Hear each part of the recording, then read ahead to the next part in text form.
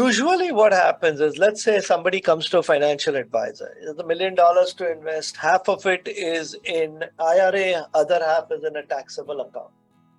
And the advisor will run a risk versus returns scenario with the client and determine that they need to have a 50% stock, 50% bond portfolio.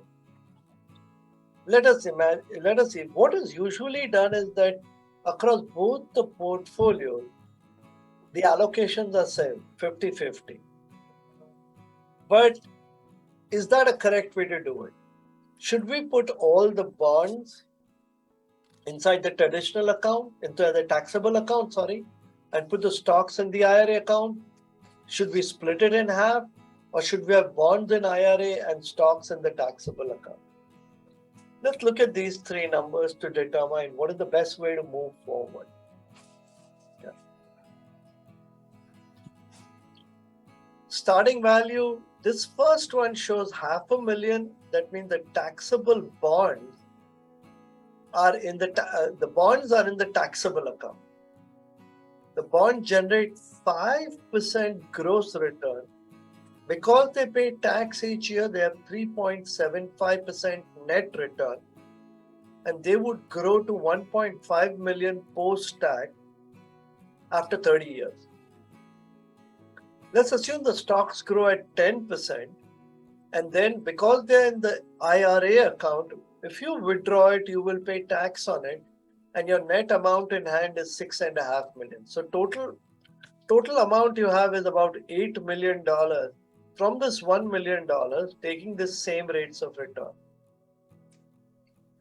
Any questions on how we got this so far? Okay, good. Let's look at the second scenario, in which we switched.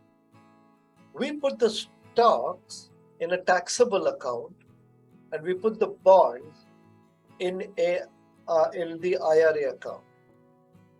Bonds are earning 5%. There's no current tax on it. It grows to 2.1 million. You pay the tax on it, net you have 1.6 million in your hand. Stocks are growing at 10%, but there's no tax on them, assuming that this is an ETF type of account, and eventually when you sell it, you will pay capital gains on it with net in your hand $7.4 million. So instead of 8 million, you'd have almost $9 million in your combined two accounts after tax. This all has been netted to after tax. And if we were to do it the way it's traditionally done, that is, all accounts have pretty similar allocations for stocks as well as bonds, then in that case, the amount would be around 8.6 million. Based on this, if we go back to this chart, the high yielding and the high tax accounts should be put in the traditional IRA.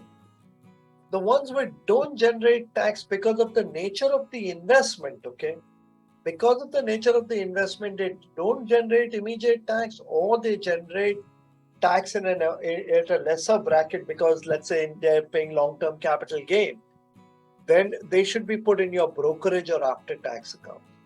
And kind of the ones which are very low yield don't matter too much, like cash don't matter too much anyway. So that is what we are trying to show here, that asset allocation, most of the time when we are looking at a client's financial life, we're looking at asset allocation, but we're not looking at asset location. That is a very important part of overall planning.